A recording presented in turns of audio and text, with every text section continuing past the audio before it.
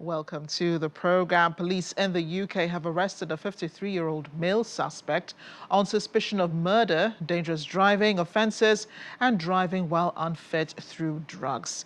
The man is believed to have followed an ambulance onto Water Street, which had previously been locked. 50 people were hospitalised and 11 of them remain in hospital but are in stable condition and appear to be recovering well. Meanwhile, in Liverpool city centre, forensic workers are continuing to collect evidence from Water Street, where the car drove into the crowd. A statement from Buckingham Palace says the King and Queen were deeply shocked and saddened to hear of the terrible events that took place in Liverpool on Monday, adding, "At this heartbreaking time for the people of Liverpool, I know that the strength of community spirit for which your city is renowned will be a comfort and support to those in need." The Prince and Princess of Wales have also released their statements saying, "We are deeply saddened by the scenes in Liverpool yesterday. What should have been a joyful celebration ended with tragedy. Our thoughts are with those who were injured and to the first responders and emergency services on the ground."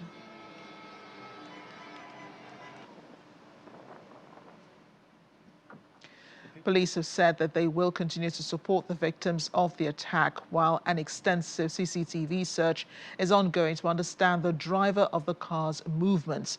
They're also repeating that the incident is not being treated as terrorism. They urge the public not to share distressing content online or speculate about the motivations behind the incident.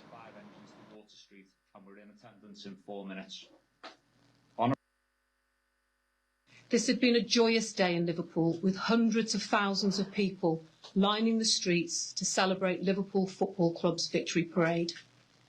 Sadly, at 6 o'clock this evening, as the parade was drawing in a collision with a number of pedestrians on Water Street in Liverpool city centre, a number of people have been injured and were taken to hospital.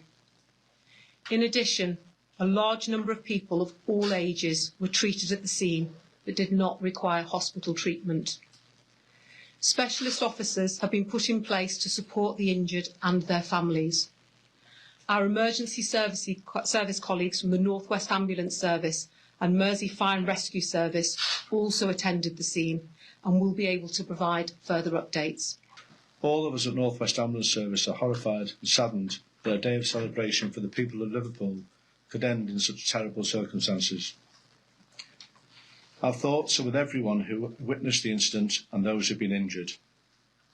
As large crowds were expected in the city centre today to celebrate Liverpool Football Club's victory, we thankfully had a substantial presence already in place close to the route, as we would do for any event of this type.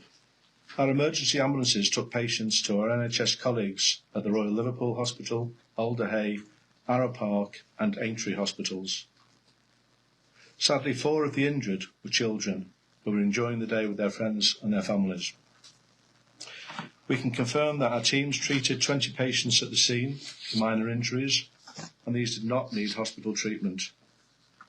27 patients in total were taken to hospital by ambulance, and we believe 2 of those, including one of the children, have sustained serious injuries. Our cyclist paramedic, who was on scene, was also unfortunately struck by the vehicle, but I'm pleased to report that no injuries were sustained. We also know that some patients have self-presented at local hospitals following the incident. This is indeed an appalling incident, and we understand that people will be deeply upset.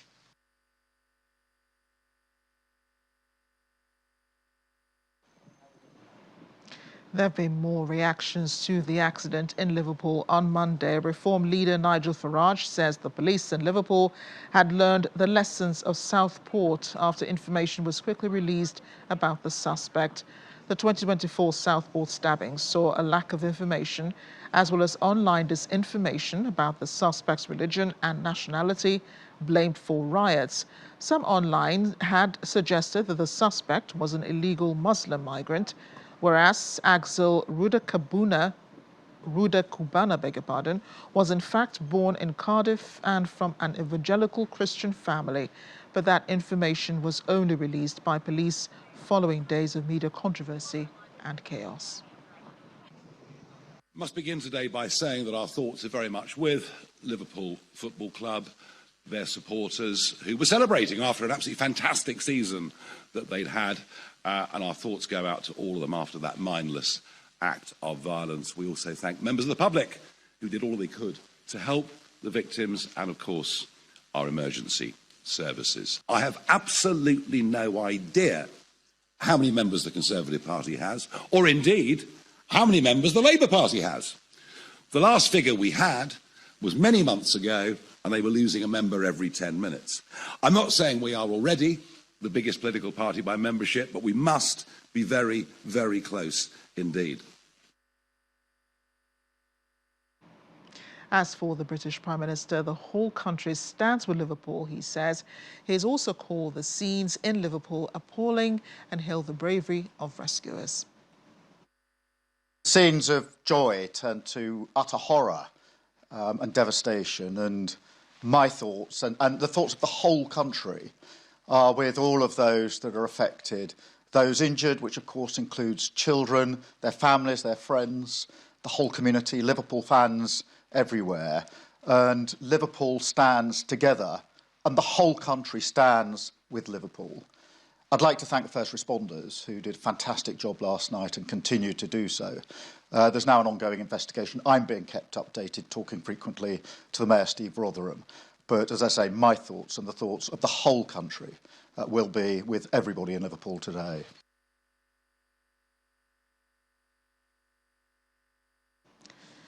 The UK Prime Minister, Sir Keir Starmer. I want to bring in now former UK Police Commissioner Festus Akinbusoye. He joins us from London. Festus, thank you for joining us on the programme today. Good, thanks for having me. Why would the police not consider this attack an act of terror?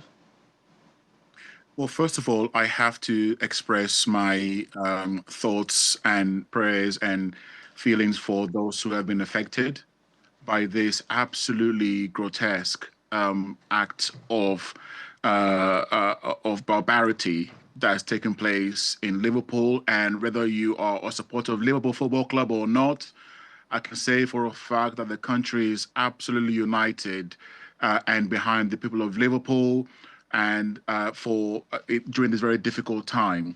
And I've got to also give my great respect to the emergency responders who have done a fantastic job in dealing with this very, very, very shocking incident. In terms of why it has not been declared a terrorist incident, that is very much the responsibility of the investigating team. They have seen things that are not in the public domain, no doubt, and I have no reason whatsoever to question their decision, their operational decision in this regard. And I think it would not be right to be second guessing or questioning this, other than to say it has not been declared a terrorist incident and there's an investigation ongoing and we need to let those individuals carry out their job.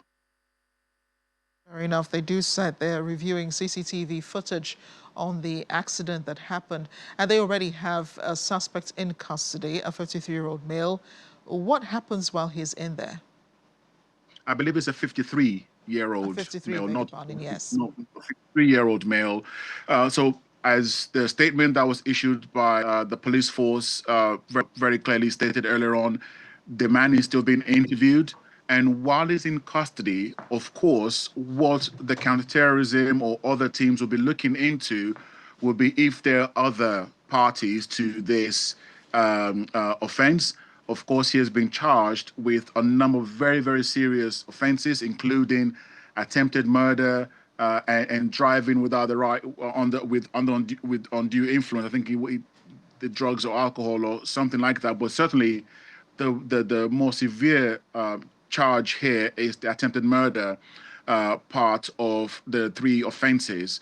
And so they'll be investigating, seeing who else might have known about this, knowing if this could have been prevented from a law enforcement and planning point of view, or ultimately they'll be trying to see what led to this and what they can do to actually land a conviction once this gets to court.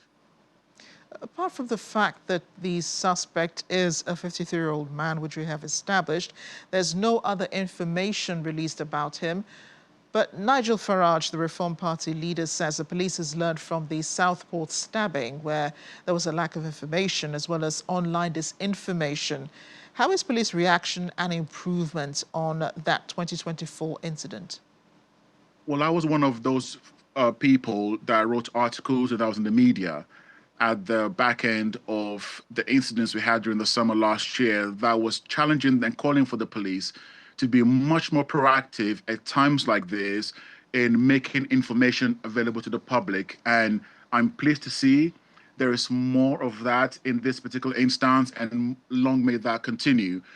So I think it is right to say they have learned from the episodes of last year, so that we do not allow a situation whereby false narratives, misinformation is being perpetrated across social media to then inflame an already inflammable situation. So I'm very pleased with what we're seeing so far. We're still very early days, and I'm sure they are remembering what happened last year so that they manage the entire timeline of this situation perfectly. Do you think that in hindsight they also factored in that there could be, a security breach like this one that happened on Monday? The awareness of the fact that someone could take advantage of the celebrations ongoing to cause harm to innocent civilians? Organizing these kind of events are never easy. And I personally, I don't think it would be right to start at this particular time, to try and analyze what went wrong, who did this, who did not do that. I don't think now is the time. Right now, it should be about trying to investigate the offenses that have been committed, ensure this individual gets in front of the courts, and then gets a conviction. And we start also looking about the victims and how to support them through what will no doubt have been a traumatic experience for them. The time to figure out what went wrong and what could have been done differently, that is going to come. But what I will say is that no matter how much you prepare, it's very, very difficult to prepare for every single eventuality if you have someone who wants to cause harm. But I think it is just at this time not the right time to start looking into what went wrong, who could have done this, and what should have been done differently. There will be a time for that. Indeed, there will be. But the community is pretty shaken up by the accident. There were children also among the crowds and even amongst those who were injured by that attack. How can they begin to heal from what has happened? Well, knowing what football fans are around the country, I don't think anyone's going to allow this to dampen their spirits. I don't think anyone's going to allow acts of cowardice like this to stop them from celebrating their teams winning. Of course, there will be some cautions to be had. Of course, there will be some apprehensions. I have a friend whose son was about 100 meters from where this all kicked off yesterday. Luckily, their son is okay, but still traumatized by it. But I know, given how much people love Premier League football and any kind of football in this country, we're not going to let this act of cowardice stop us from celebrating the success of our football teams. It's not going to happen. And as the police gathers information about what happened and tries to investigate the motive behind the car accident, what sort of measures can we expect, especially in Liverpool, where this incident took place, to help the community know that it is protected, the police has everything under control, and this will never be allowed to happen again? So the one thing I'm sure will be happening now would be something called very good level of victim support and victim care. So people would have seen this mayhem breaking out in front of them unawares, unexpectedly. The trauma that causes could lead to other issues mentally for people. So PTSD, post-traumatic stress disorder, for example, they will be getting those kind of support, I'm sure, from the police and other public health agencies in that area.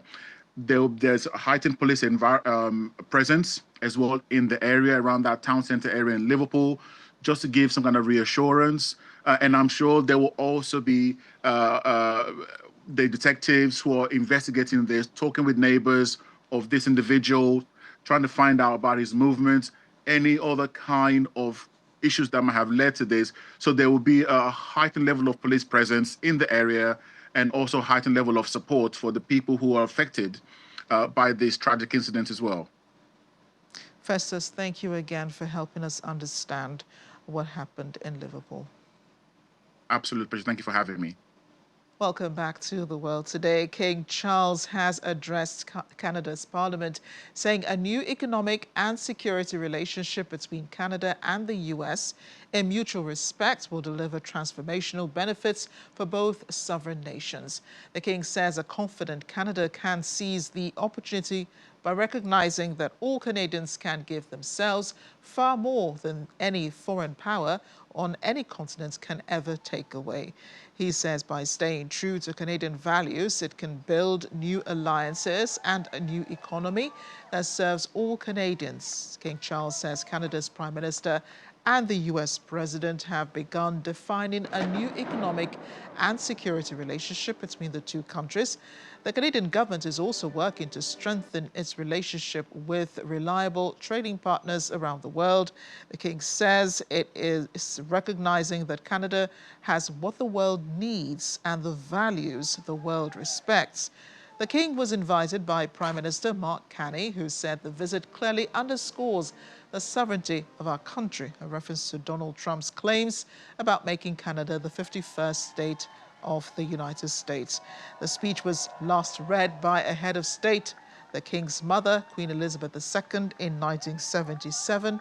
The throne speech opens every session of Parliament and introduces the government's goals and is usually delivered by Canada's Governor-General.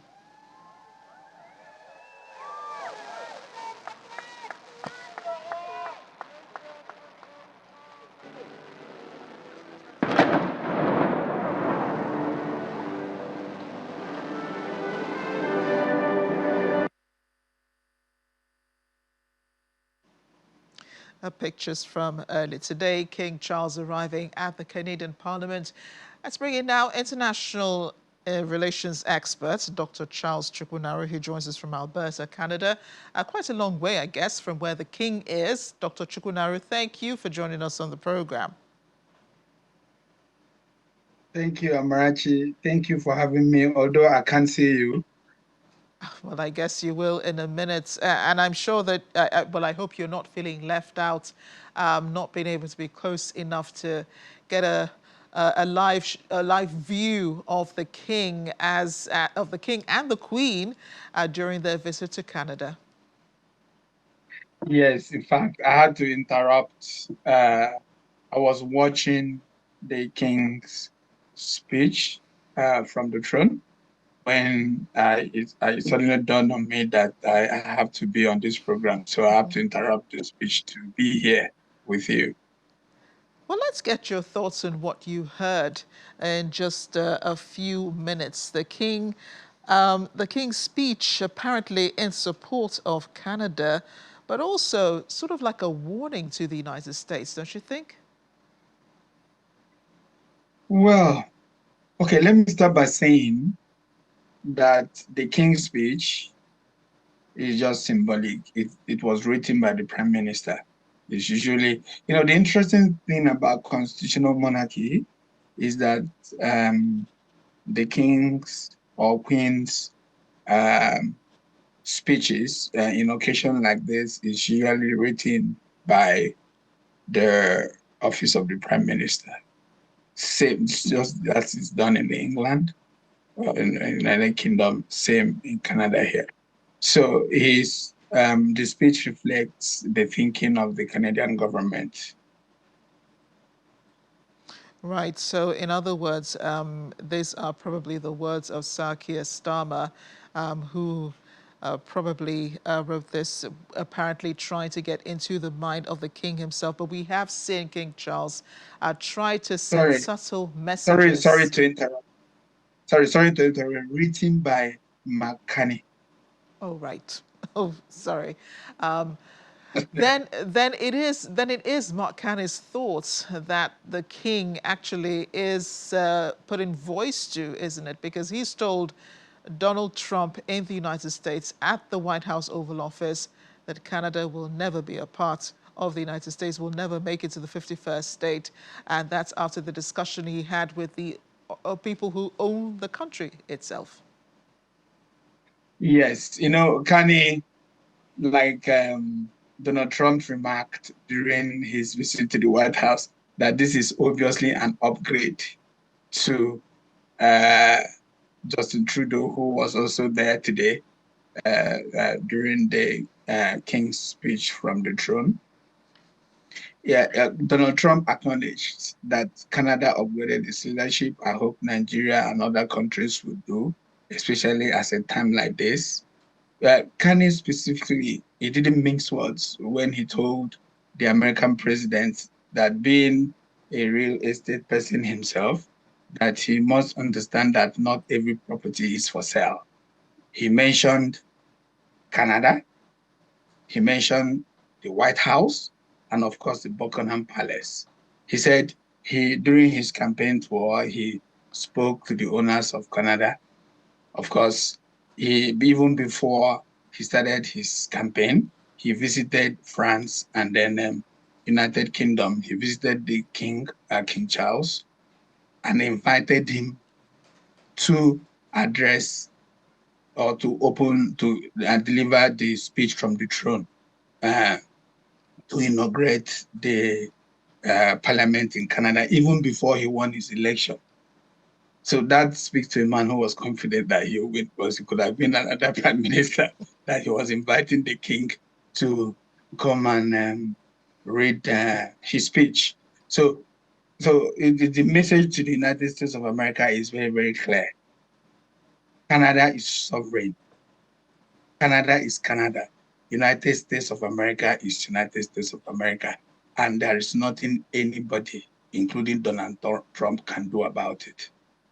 Yeah, but there is also a subtle message, that he was passing on to the U.S. president, I believe, by inviting the king. The fact that Canada, even though a sovereign nation, still comes under the authority of the United Kingdom, is under the authority of the king. So if the U.S. president was ever thinking of making Canada a 51st state, then he should be talking to King Charles himself, but not particularly Mark Carney, I guess. Yes. In fact, the interesting thing about the Canadian society, I must draw this similarity with Nigeria. I've looked at the Constitutive Act 1982 and, of course, of 1867, and it's very, very clear. It is the same constitution that the British left for Nigeria in 1960, even though the Canadian constitution is unwritten, in line with that of the United Kingdom.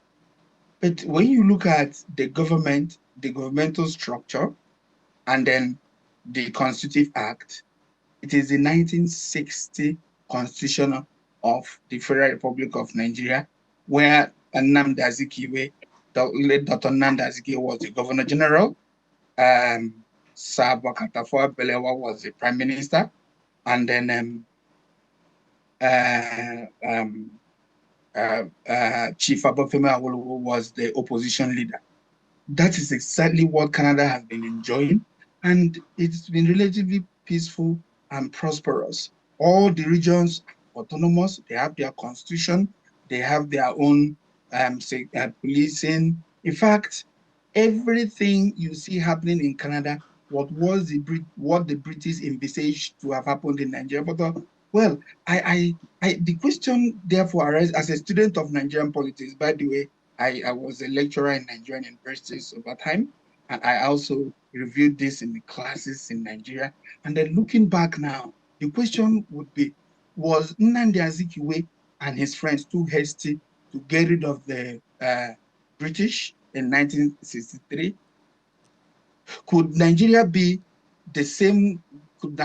enjoying the same prosperity as Canada today if they weren't so hasty? Because ironically, they got rid of the British in 1963, and in 1964, trouble broke in Western Nigeria. And by 1966, there was chaos everywhere. And by 1967, the country failed till date. And the 1963 Constitution was suspended, not abolished by Aguiyi Ironsi, suspended. And that Constitution was, in fact, it was the only difference between that 1963 Constitution and the 1960 Constitution was that the Queen or the British monarch was sacked, while Canada still retains its own, and the Nnamdi Azikiwe became the president, ceremonial president. He ceased to become the Queen's representative. But the autonomy of the various regions remained. And I was very hopeful when the president of Nigeria, Ahmed Bola Tinubu, Alhaji Ahmed Bola Tinubu, brought back the national anthem of the 1960-1963 Constitution. Then I hope he's not going to stop at just bringing back the national anthem. He should bring back the Constitution, which was suspended by the Ironsi, so that Nigeria can make progress. I'm sure that sorry, doctor, but you know, you will take us down this political route, and we'll be having a political discussion instead of an international and diplomatic one. But I'm definitely sure that we could have this conversation at another forum. Right, I'm sure we could have it at another forum. But great thing you raised the Constitution. You know, great thing that you raised the Constitution, because I would say that, you know, different Nigeria has gone through different phases and different political seasons, which has brought us here to what we have. But speaking about Canada right now and the king who is present in the country on the last day of his visit to the country. Canada still remains under the allegiance of, you know, the United Kingdom, and even though it has a prime minister, it still has, you know, all of the features of its founding fathers and all of that. It does still have its own political problems. For example, just as you have people who are anti-monarchists in the UK, do you think that there are visible elements like that in Canada? Interestingly, prior to the advent of Donald Trump, 63% of Canadians, the last time I checked, was fed up with the monarchy. They wanted to get rid of the monarchy.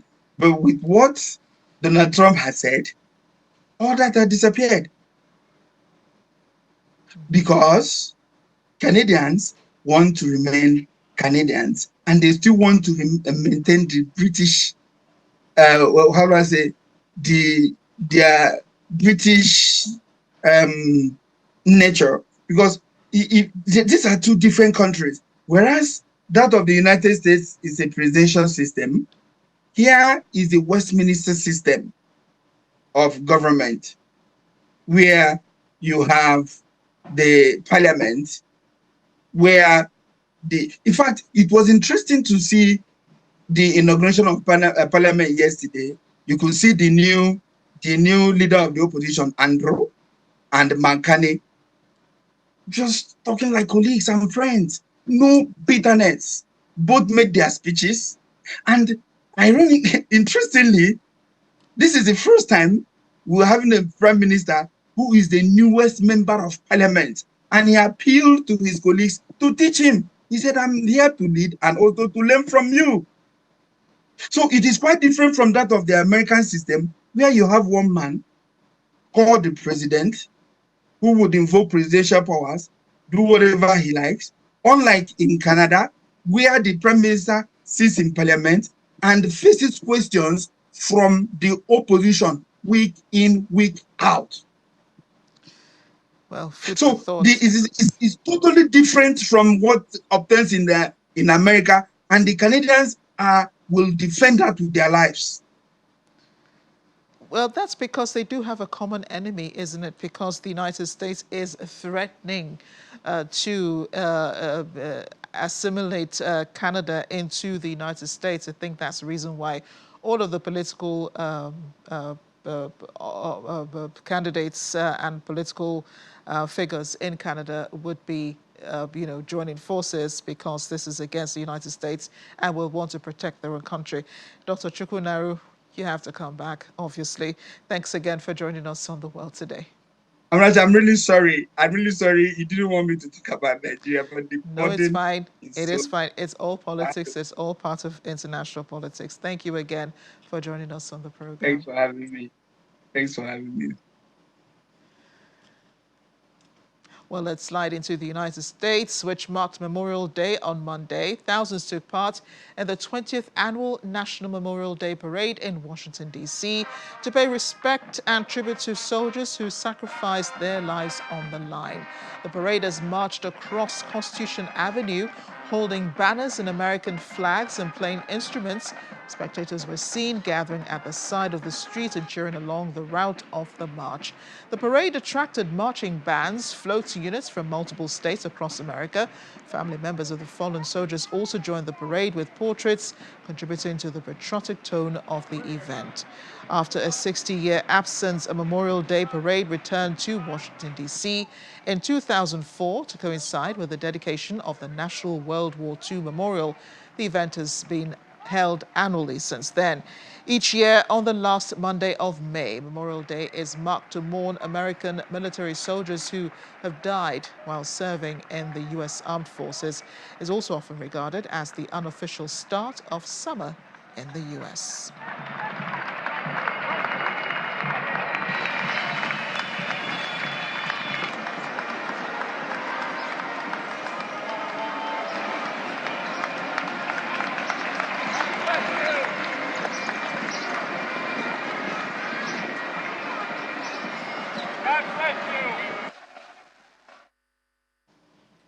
And to what have put a damper on Memorial Day celebrations in Philadelphia, 2 people are dead, 9 others injured in a mass shooting in the city. It took place at Fairmount Park on Monday evening, the final day of the long Memorial Day weekend, when gunfire erupted at approximately 10:27 p.m. on Lemon Hill Drive at Poplar Drive, according to the police. Police Commissioner Kevin Bethel said 2 people, an unnamed adult man and woman, were killed. At least 9 others were injured in the shooting, including 3 teenagers between the ages of 15 and 17. No one has been arrested, and there's been no recovery of weapons. However, U.S. President Donald Trump has issued a pardon to a former Virginia sheriff who was convicted on fraud and bribery charges. A jury found former Culpeper County Sheriff Scott Jenkins guilty of accepting more than $75,000 in bribes last December in exchange for making several businessmen into law enforcement officers without them being trained. Jenkins, a longtime supporter of Trump, was sentenced in March to 10 years in prison. He was sent to report to jail on Tuesday, but due to Trump's pardon, he will not spend a single day behind bars. Trump says Jenkins was the victim of an overzealous Biden Department of Justice. The judge who presided over Jenkins' case, Robert Ballo, was appointed by former President Joe Biden, but it was a jury trial. Trump called Jenkins a wonderful person who was persecuted by radical left monsters and left for dead. A controversial new aid distribution group backed by the U.S. and Israel has begun working in Gaza. The Gaza Humanitarian Foundation says lorry loads of food have been delivered to secure sites on Monday, and the distribution had begun. Hundreds of Palestinians collected food parcels from a site in the southern city of Rafah earlier today.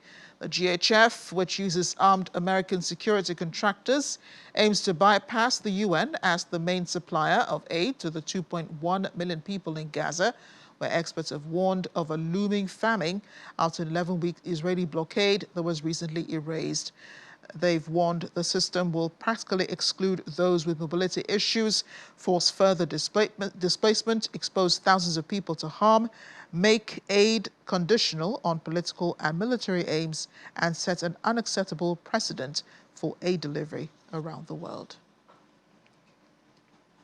A Syrian man is admitted to carrying out a knife attack in the German town of Solingen last August, in which 3 people were killed. He is known as Issa al-H, he said in a statement read out by his defense lawyers at the start of his trial in Dusseldorf. "I have committed a grave crime. I'm prepared to accept the verdict." Issa, whose surname was not made public because of German privacy rules, is accused of being a member of the Islamic State jihadist group and pledging allegiance to IS in videos shortly before the attack. The stabbings took place as Solingen was holding a 3-day festival to mark its 650th anniversary and came shortly before a series of key regional elections. North Korea has criticized U.S. plans for a futuristic Golden Dome missile shield, saying it could turn outer space into a potentially nuclear warfield. The defense system, which President Donald Trump plans to unveil by the end of his term, is aimed at countering next-generation aerial threats to the U.S., including ballistic and cruise missiles. Pyongyang's foreign ministry slammed the plan as the height of self-righteousness and arrogance. It accused Washington of being hell-bent to militarize outer space and warned that the plan might spark a global nuclear and space arms race.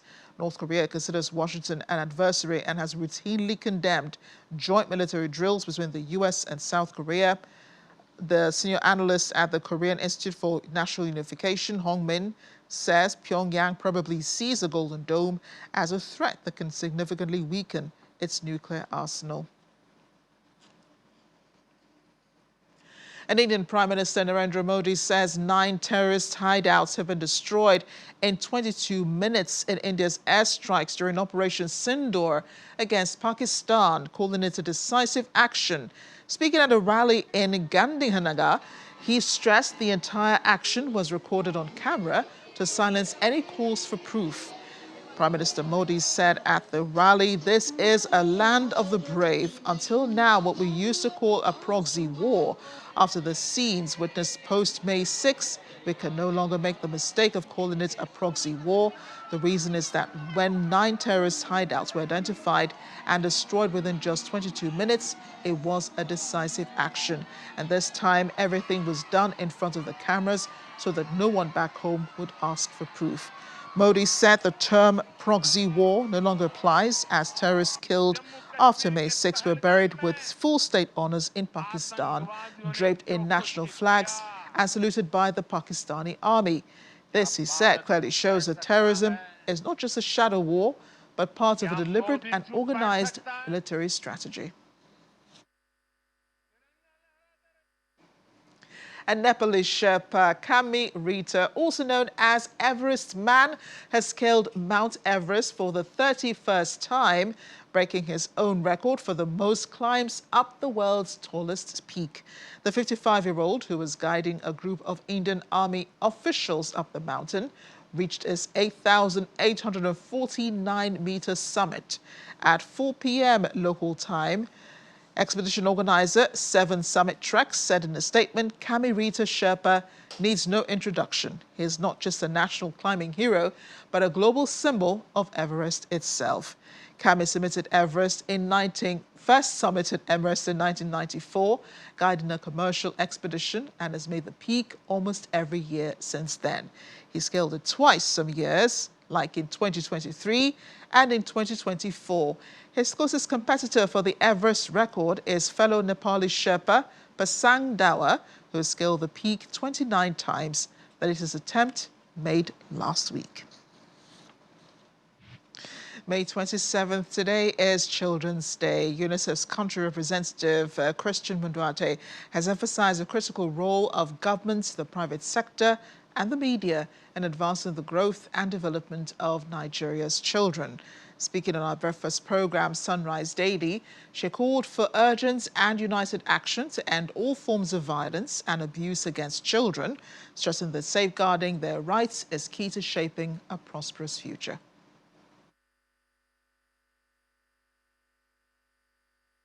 I think it has 2 purposes. One, definitely, yes, to celebrate childhood, to celebrate children, to have a special day for them.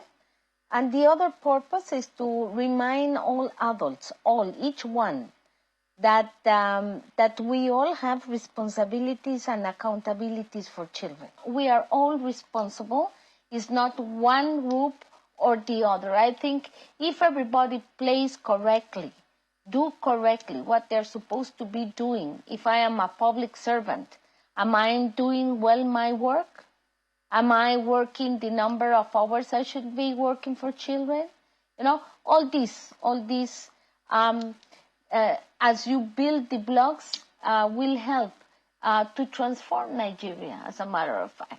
Violence is about when you hit a child, when you abuse a child emotionally, when you abuse a child sexually, when you practice, for example, female genital mutilation, that is violence. It hurts.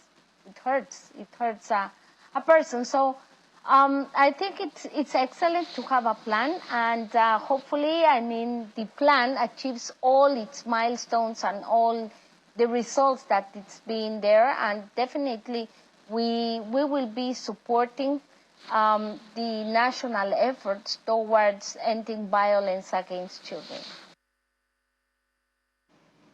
Meanwhile, the Ogun State Secondary School Model United Nations is promising to allow students step into the roles of diplomats and engage in meaningful discussions on global issues. The event, which is the first of its kind, highlights the importance of children's rights, tech, health, education, and serves as a reminder to protect and empower every child. Our correspondent, Kelly Egiga, reports. SDG 13. In Ogun State, a new generation of leaders is emerging. The Secondary Model United Nations event brings together young minds to shape the future. They are gathered here for hours of deliberation, with delegates passing resolutions and showcasing their diplomatic skills. The delegate of Kazakhstan presents his position on technology and innovation for youth empowerment. The student-turned-delegates also engage in negotiations, quiz, and intense debates, tackling pressing global issues. AI systems and fintech innovations that lead global trends. The Ogun State Commissioner for Education, who is represented, speaks on the theme, while the keynote speaker, Precious Ayomide, advocates for blockchain and sustainability while empowering future leaders through mentorship. Our forefathers were in an era where you could learn something and stop just at learning it. But we are in an era where you have to keep learning something every day. And that is what is going to be my bone of contention for you, that skills will be changing. I'm sure you might have had one skill or the other, but you must evolve around the world, or else you will be left behind. The trending is moving fast, that all system and activities is being digitalized. So in country that you can't live, you may not leave home and you will acquire your education. That is as a result of technology and digitalization. For the organizers, the event empowers young leaders to drive positive change in Nigeria and all around the world. This is to actually enlighten them, to bring innovation into the system, and also so that people can actually, benefit from this. For the children to always see themselves as the leaders that they are, not being deterred by whatever is going on in the nation. Live as a leader. I believe every child is a leader. They just need a bit of motivation and, channeling towards seeing themselves as a leader. Participants also share some lessons learned. I've learned that the youth are not the leaders of tomorrow, they are the builders of today. That's what I learned. And through technology and innovation, the world will become a better place. Here is your question. The Ogun State Secondary Model United Nations event is inspiring a new generation of leaders to shape a better future for Nigeria. Focusing on Kelly Egiga, Channels Television News. As you already figured, the heartbeat of Nigeria's future lies in her young population, and that's why there is an urgent need to raise the next generation of change makers in them. This was the main thrust at a gathering of young Nigerians here in Lagos, with the event empowering them through insights, opportunities, and inspiration to shape the nation's future. The program tagged Gen Z involvement in a new Nigeria with the theme Building the Future, Building the Future, Becoming the Future, also provided a platform for thought-provoking conversations, mentorship, networking, and top industry leaders, professionals, and creatives interacting with the children. Convener of the event, Saint Agomeze, describes the program as inspiring Gen Z to redefine their aspirations and take action towards a better Nigeria. The initiative behind this was brought out of a hunger for Gen Z participation in the nation's building. I'm one of the big advocates of Gen Z involvement in developing Nigeria. I have been trying to discourage JAPA for a very, very long time. I strongly believe that there's nothing we are looking for out there that is not here in Nigeria. I strongly believe that we can do what they call fill in the gap, see what's working out there and imbibe it in our nation. But how can we do this if we have the Gen Zs, which are actually the brain class of the country, currently not in the country? So Nigeria is actually suffering from a factor called brain drain. And this initiative was born out of the brain drain deficiency of Nigeria in terms of nation building, both political, entertainment, both business, whatever sector of Nigeria. So this was actually, this is a platform whereby we clamor for an active participation in bringing the Gen Zs on board to actually help Nigeria, because we're the ones that can provide modern day solution to current problems.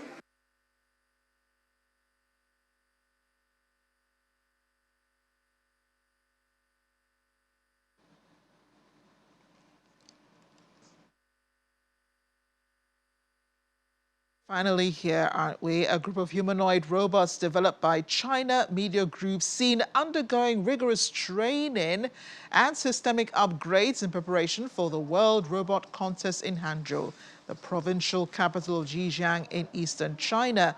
The robots were seen exchanging punches in a warm-up match, while CMG's production team coordinates both the match choreography and technical explanations for the event's broadcasts. The robots can perform complex moves like aerial spin kicks, a testament to the advancements in core technologies. Commuters, including passengers on local buses, were also seen enjoying the promos aired ahead of the match. The research and development team at Unitree Robotics stated that their boxing robots have undergone extensive upgrades to enhance their skills. This involved creating specialized databases, compiling collections of combat motion data, and optimizing movements individually.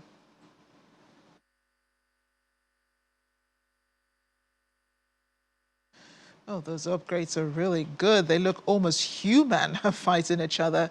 Thanks for watching The World Today. I'm Amarachi Ubani. To all the kids out there, happy Children's Day.